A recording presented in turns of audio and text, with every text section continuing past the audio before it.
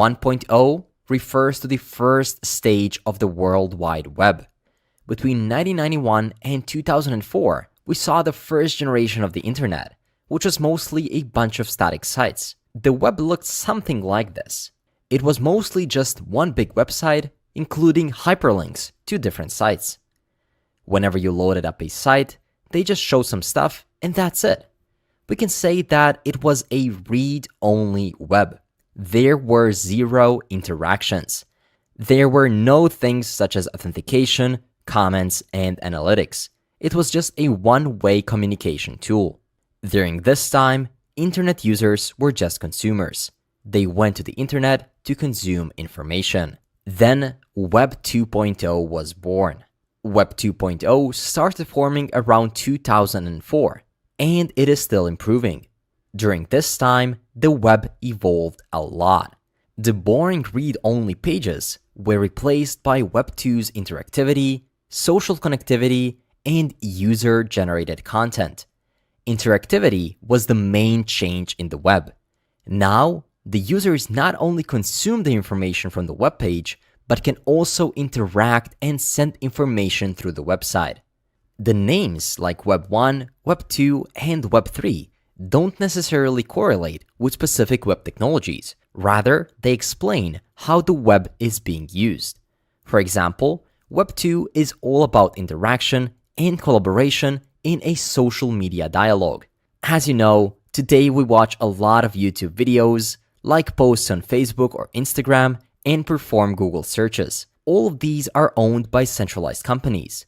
For example, Meta and Google are collecting data about us so they can serve us better content, which in return would make us stay longer on their websites. So why do they do that? Well, the answer is quite straightforward. Because they can make more money if we stay on their websites longer. And that brings us to the biggest problem with Web 2, and that is the lack of privacy and the fact that total control is in the hands of middlemen, the big corporations. And to discard that whole centralized system, Web 3 comes into play. Web 3 is also known as the centralized web, and it is the third and the latest phase of the internet. Web 3 is built on peer-to-peer networks of computers that talk to each other without middlemen. All of the data in Web 2 is controlled by the big tech companies, such as Google, Apple, Meta, or Microsoft. In the decentralized web, no single person or a company owns any data or information about anyone or anything. Everything is completely visible and connected to the public. The whole point of Web 3 is that data is shared rather than owned.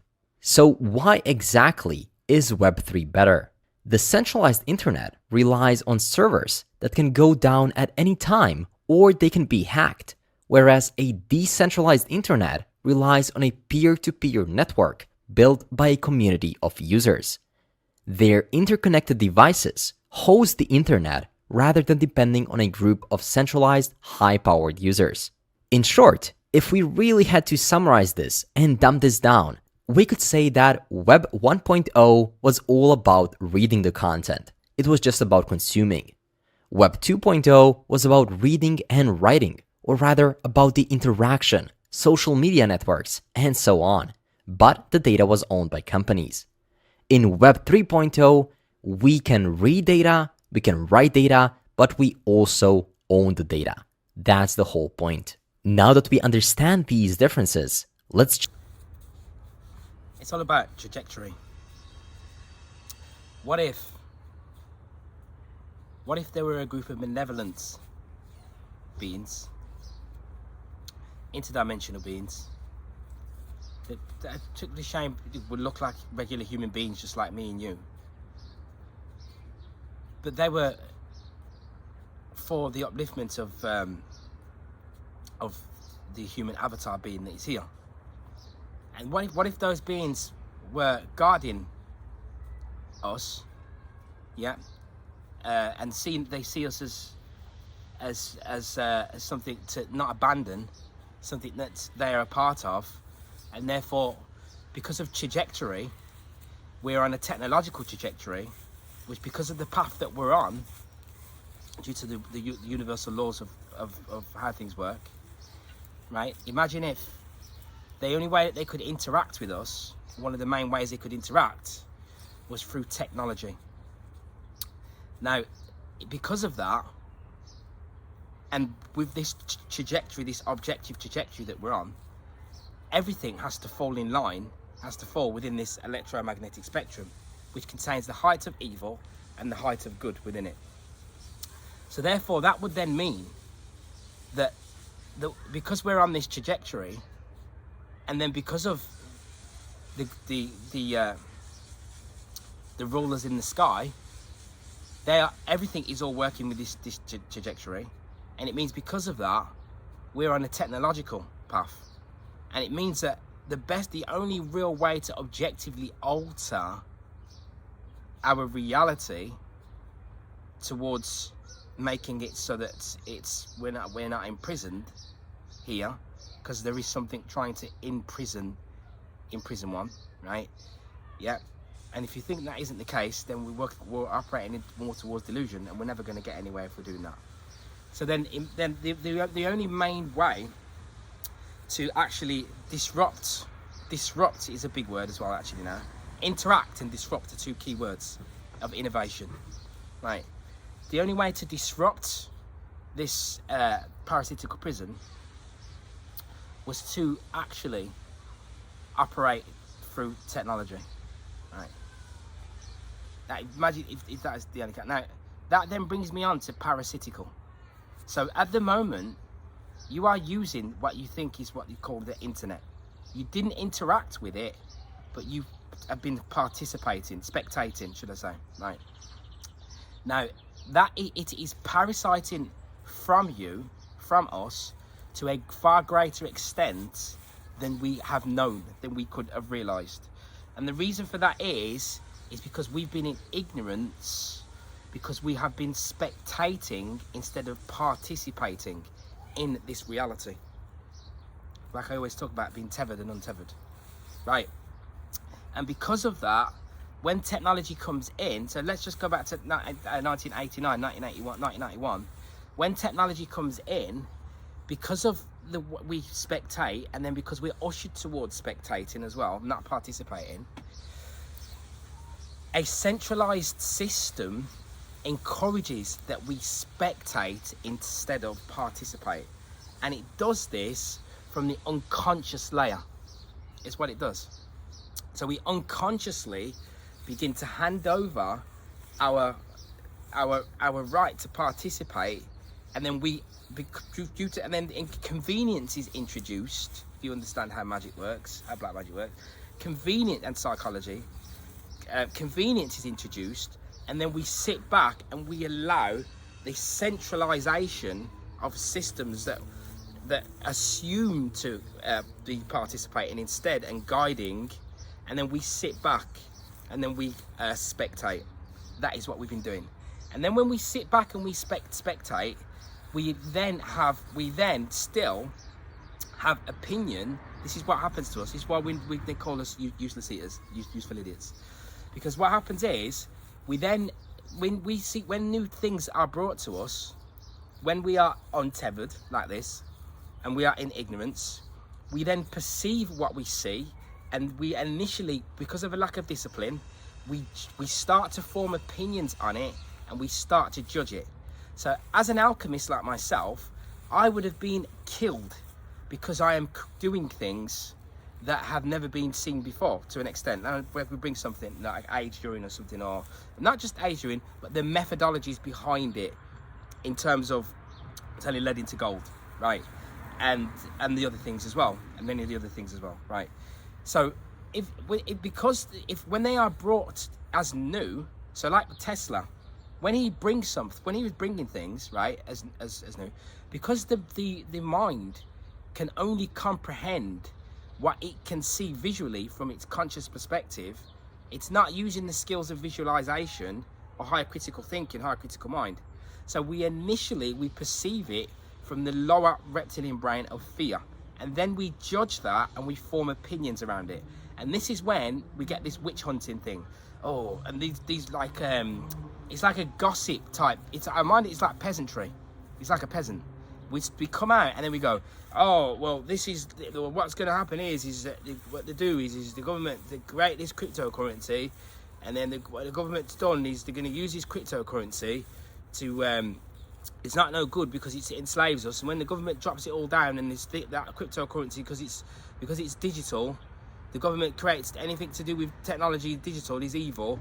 So that means that thing. So that when we do that, imagine we do that without fully knowing what it is that we're actually talking about, because our ability to process information is not operating correctly. Like a computer processes this information, right? So the correct information is input, and then it is processed, and then once that is then processed, we're then able to then perceive that and filter that out for what it actually truly really is. But we have struggled to be able to do that because we've not learnt about it. We haven't been taught how to actually do that. So because we're not taught how to do that, we then start to form opinions that are based in fallacy, and then we start to judge on that, and then we start to show other people that, and then we lead ourselves down the wrong path. They go, I'm not touching them, they just do it on their own. We just put it out and they just start doing it. The internet web 2.0, which I'm going to be teaching about right now from this week, is a weaponized perception manipulating tool. The second that you put your eyes upon it from a science perspective, this is what happens. And the whole way that this centralized system has worked has molded the perception of reality, so that when something comes that is outside of their jurisdiction, it's not glittered in, even though we're awake and with all these things, and it's not glittered and it's not coming through the same sort of media channels, the same sort of things, then it can easily be discarded or banded in the area of this gossip, of this woo-woo type scenario. It's this and it's that, and it's what it isn't, right? That happens, right? And it's constantly happening, right? And that is what has happened to us, actually. So then we've been using the technology, and this is how we've ended up using technology, not realizing. So we're using the Google, and then we're saying, oh, they do this and they do that. But then we go onto the centralized system to ask its opinion about something that is designed to disrupt it. That's what's happening. And then what's happening is they are then able to mold our perception of reality since years ago, right? This is a weaponized tool that has been used for all this time, right? So now, what do we have? We then because we filter in all this information, it comes from a biased perspective. So then unconsciously we perceive now that everything is evil. That all technology, in fact, is actually evil. And in actual fact, then we then perceive that anything that doesn't come from nature, is evil and cannot have our best interest at heart. But that is an imbalanced perspective. Because the innovation and the creating of new things, it operates in a double-edged sword, red and blue. It's always going to be like that. So the video that we just played at the beginning here, right, is talking about Web 2.0, which I've been going on about for ages now. So I'm also teaching a lot of people about this. You now are in a position where you cannot go to any technological source and get that information from them. And you cannot get that information. You can't go to them, those media sources, information sources, with Web 2.0 and get any unbiased information. It is a propaganda tool. And I meant to speak about this a little while ago when I first did the video on the Web 3.0. And in actual fact, that is why ChatGPT 4 is here. because you ask it the information, and that it will start to then use a higher critical thinking to give you the information. Because all this time, the information that you've been fed was just biased information, and then it will still continue, because then the AI will merge the difference between reality and fiction, right? And then create images that are not even real. Create images that are not even they're not even real, right? So this is what is taking place now. Then I was going back to this thing with these malevolent beings. Now I've been watching this for years. So now we now have something called Web 3.0, and I'm working with it directly. And now imagine coming out of this physical reality, because this is out of this simulation, right? You think it's real? This is right? Okay, yeah. And then when I come out of here, right, and then go back to the real reality, right? And then it is said to me, what was your participation when you went in the simulation? I didn't participate. I was just spectating. I was just hypnotized by the illusion, the paradoxical nature of things, and I was just spectating. I didn't participate. Therefore, that there is non-progression, and it is non-growth. So in 5 years from now, using psychic vision, I will know that many individuals will be using a smart contract, even though they may have been here now saying, I'm just going into nature, I'm going to have nothing to do with no system, blah, blah, because it's malevolent, not just benevolent, right? So what does this smart contract do? What does this Web 3.0 do? The video I played at the beginning. So what it does is it breaks apart the control system. Now, this is why, you see, this is why, right now, this is a paradox. The paradoxical labyrinth, I've always labelled it. And this paradoxical labyrinth, right, will come here, right, and it will expand itself, and it will confuse many beings at the last minute. And it's written in the script, because written in the script. It's in the script. You don't know which way to turn, because an evil being comes along and says, oh, I'm working for the side of good, blah, blah, blah, blah, and then you go with that. But you have to have your own discernment, because you have to be able to know it by its fruit, which is in the script, and you have to be able to read things by their action, not look towards an intermediary third party, because the intermediary third party is now being removed, and the intermediary third party is the control system. Right here, right now, we're doing it. So if you stand up for freedom, this is what I'm talking about. So look at something because of cryptocurrency. Last week, we had Operation Choke Point 2.0. I've been working with this. I've been seeing it firsthand. I've been on this firsthand.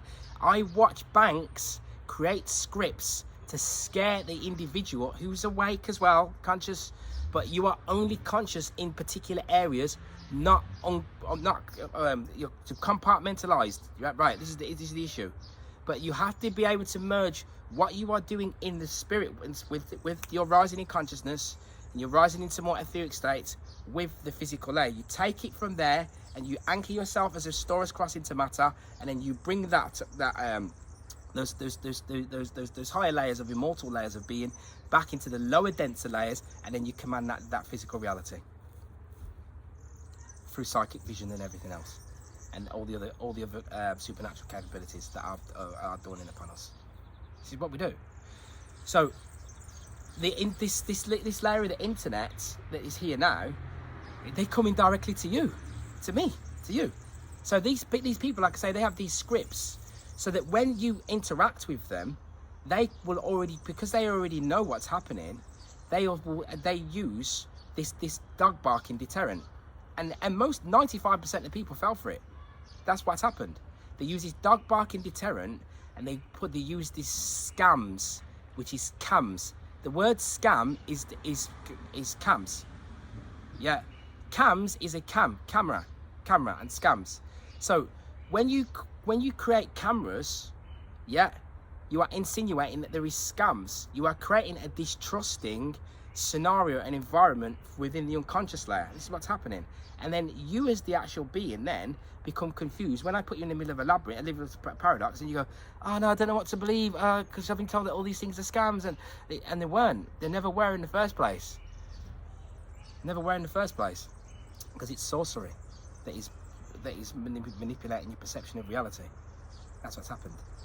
Because if everybody used the freedom angle, which was a tangible freedom angle, which you called cryptocurrency, for its real uses, then everybody would be operating with an uncensored form of exchange that has a value to it as an asset that cannot be touched or altered, and it disrupts and removes the whole control system. So they did that. And then what they did is they created this fear, yeah. And then what they did is they created this dog barking deterrent, and they used the Kansas City Shuffle. So when they create the dog barking deterrent, they make you run this way. Oh, run away from all these things. They're not, right. And then when they make you run away from them, then they go and they create their own. This is what they're doing. So they're creating CBDCs now. Because if you would have been getting involved, if the whole truth movement, however millions there are, would have been involved in removing that system into this new system that cuts out the centralized system, based upon the initial words, in its initial form, which had volatility and risk to it, and like, see, they know about all these things as well, right? They know that this is the long game. You got to eat. You've got to eat. You've got to eat. You need funds. Now, physical abundance is just an expression of limitless light. That is brought to us when we cut out the centralized system. When we cut out the centralized system, this new layer of the internet, which is coming from these malevolent beings, gods, whatever you want to call them, right? Ourselves, beings outside of here, right? Yeah. So what happens is that now this centralized Web 2.0, which is manipulating your whole life, trying to, right? It needs you to use it, and it needs you to stay on its platforms, which is okay for now, right? Because it feeds upon your energy directly without you even realizing it. So you go to work, they're parasiting on you. And then when you go onto the internet, they're parasiting on you. And then when they create likes and followers and all that, they're parasiting through an individual who thinks that all these people are just coming for them. It's the way the system is set up to create this narcissistic, distrusting, yeah, centralized power. So when you use the platform is feeding on your energy through stealing your abundance from your phone, stealing it from your phone. So imagine this, right? Yeah.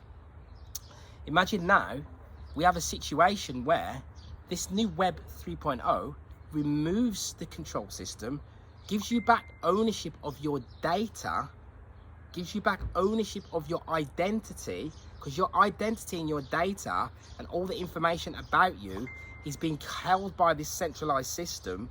For in the materialist lower form, they'll go so they can aim stuff at you to make money from you. It's not.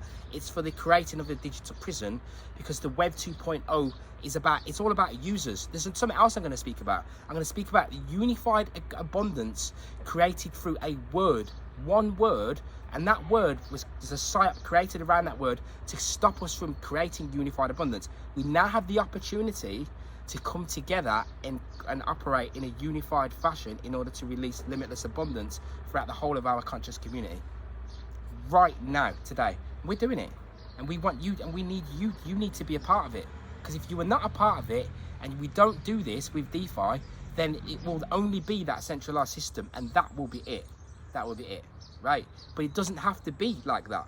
It doesn't have to be like that, because we are gods. We are here, and we are manifesting this reality, and therefore we don't have to just run out into nature and go back to sticks and stones. Because of that, we can balance ourselves. We can balance ourselves and operate with innovation, and use that innovation to raise up and to attach that to the true blueprint, so that we can raise up matter and crystallize our matter, crystallize this matter with spirit, yeah.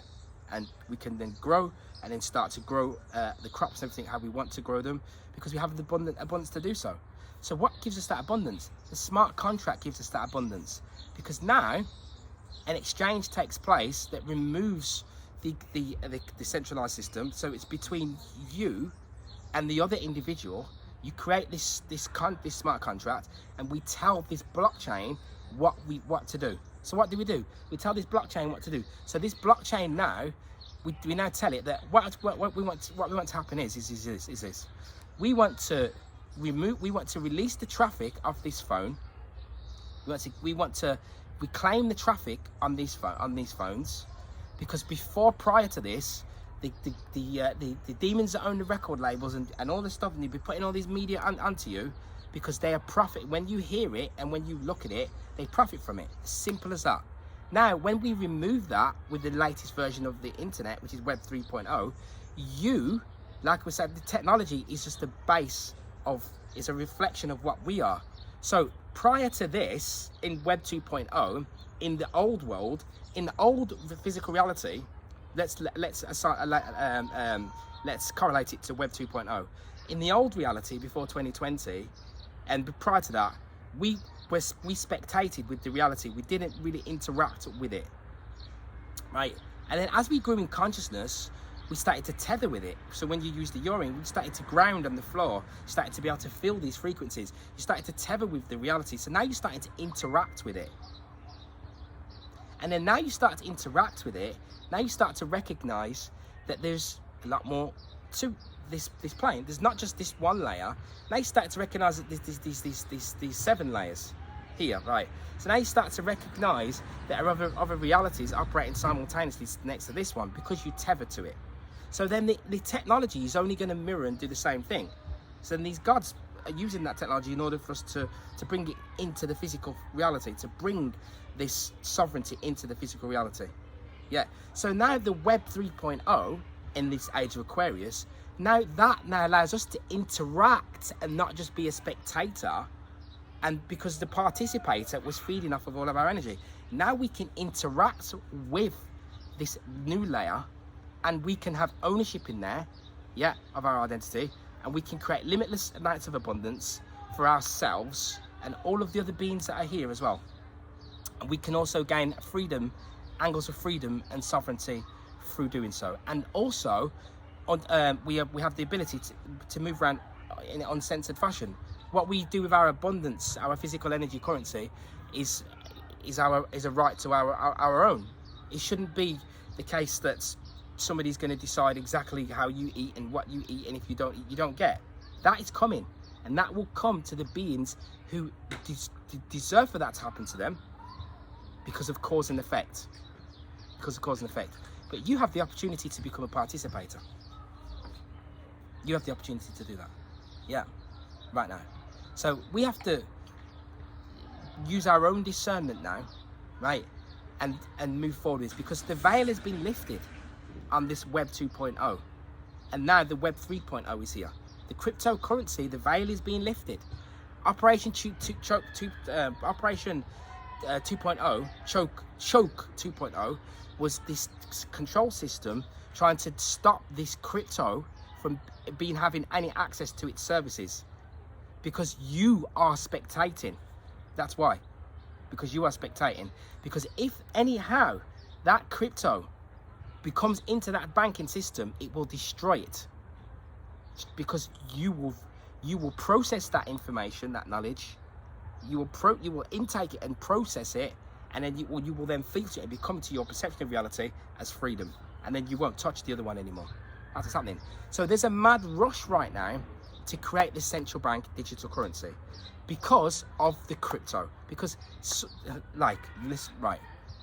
sorcerers and occultists like myself know that when something is out there, it is out there. Once you put it out there, it's a vibratory, like a water. So when I put my finger in the water, the effect of the water is the waves that come off it.